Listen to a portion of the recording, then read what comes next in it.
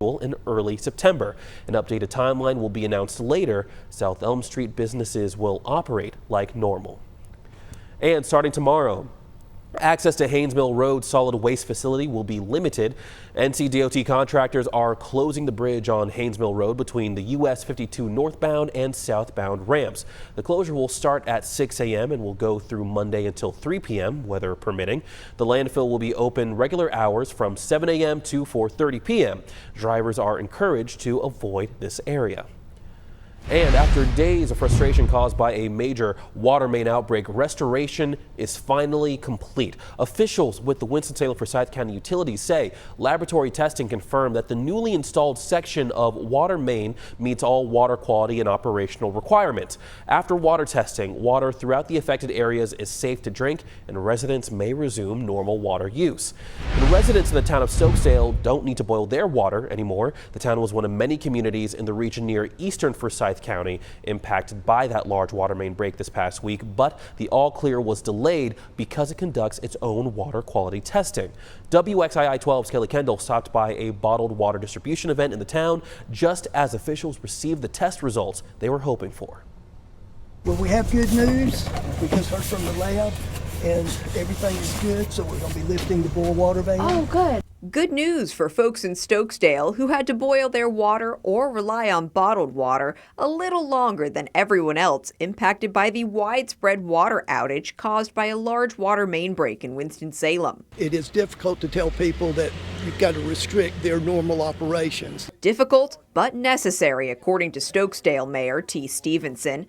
The town is situated at the end of the water line from Winston-Salem Forsyth County Utilities, which lifted its boil water advisory Friday. But we operate our own testing, our own water system. There's a whole series of controls in our system.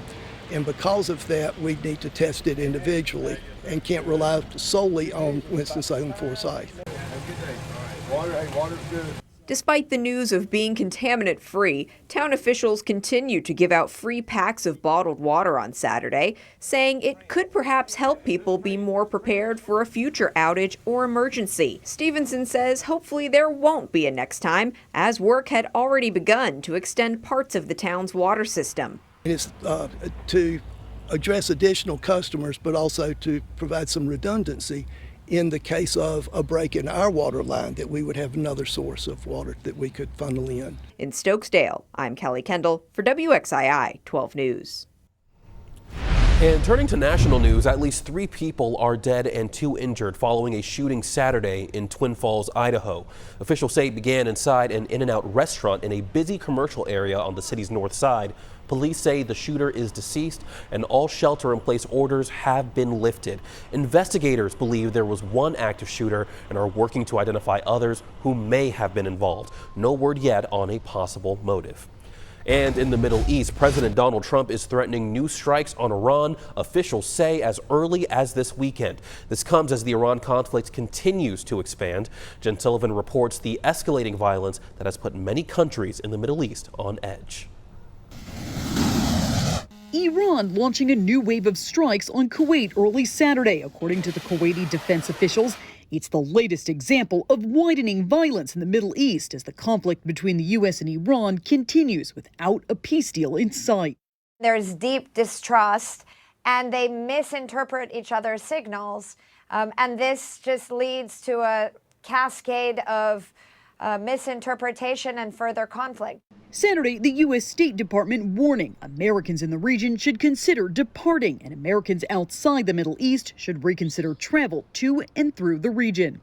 This comes as the White House says the U.S. could launch more waves of strikes. We'll be hitting them. We'll be hitting them very hard. And, at some point they're going to say, we just can't take it anymore. The ongoing conflict has angered many lawmakers, especially Democrats. A very unserious president who's gotten himself into a war he doesn't know how to get out of. The American people are also voicing frustration.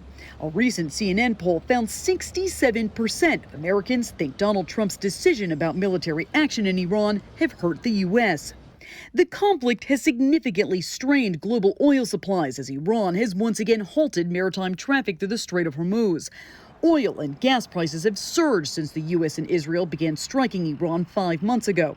The Iranian body tasked with overseeing passage through this key waterway posting on X Friday, saying, quote, due to the continued aggression from U.S. military forces in the region, passage through the Strait of Hormuz is not possible. Jen Sullivan, WXII 12 News. Up next, the International Black Theater Festival wrapped up today. A local director reflects on artistry and impact. And a Triad restaurant temporarily closes its doors again. What led to the latest shutdown?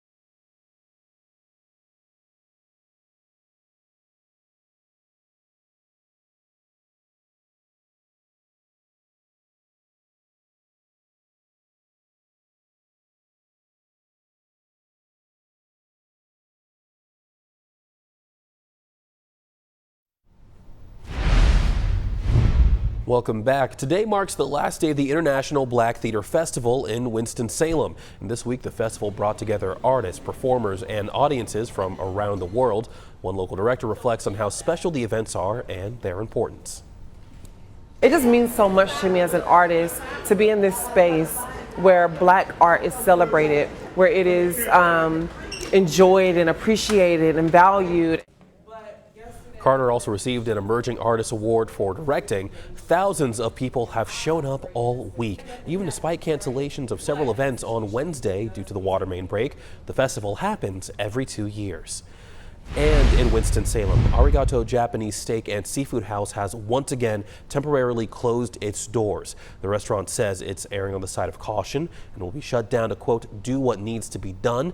The decision comes after a part of its ceiling collapsed on a customer on July 19th. The owner says the location in Greensboro, as well as Little Ari's in Winston-Salem, will remain open. And in 12 on your money, American Airlines has updated its refund policy, making it more restrictive in the process.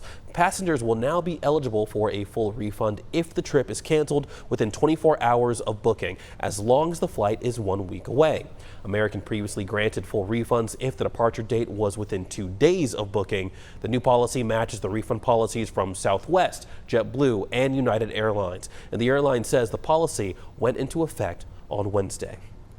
And at this point in time, let's get another check on our weather with meteorologist Michelle Kennedy. Michelle, we're really watching out for some rain impacting some of the northern parts of the Piedmont Triad, right? Yeah, that's right. We've got you in the foothills over Surrey County, areas of Patrick County. Lots of heavy rain. You can see here weather alerts radar and wind speed showing you that just aloft. This is our low-level jet stream wind speed. This is the direction all of that moisture is being pumped in, and this is going to create problems for us overnight.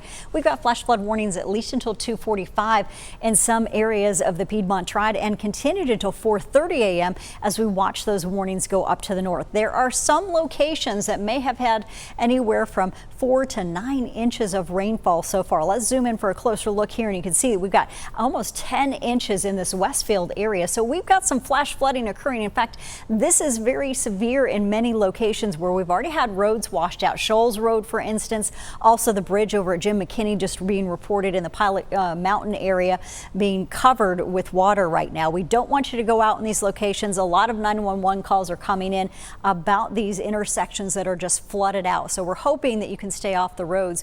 We've got 3.5 inches up in Mount Airy, 4.7 just to the east here. But that zone right here along the North Carolina Virginia border and then south as we border Surrey and western Stokes counties and Chestnut Grove area near the YMCA Haynes Camp area too. 8.2 inches. Quaker Gap 1 to 2 inches to the east. So you can see that's where we're most concerned about those showers and thunderstorms right now. That flash flood warning continues for us as we go through the overnight hours, especially for areas up into Virginia too until about 4:30 a.m. 2:45 at least for folks in Surrey as well as Stokes and Yadkin counties.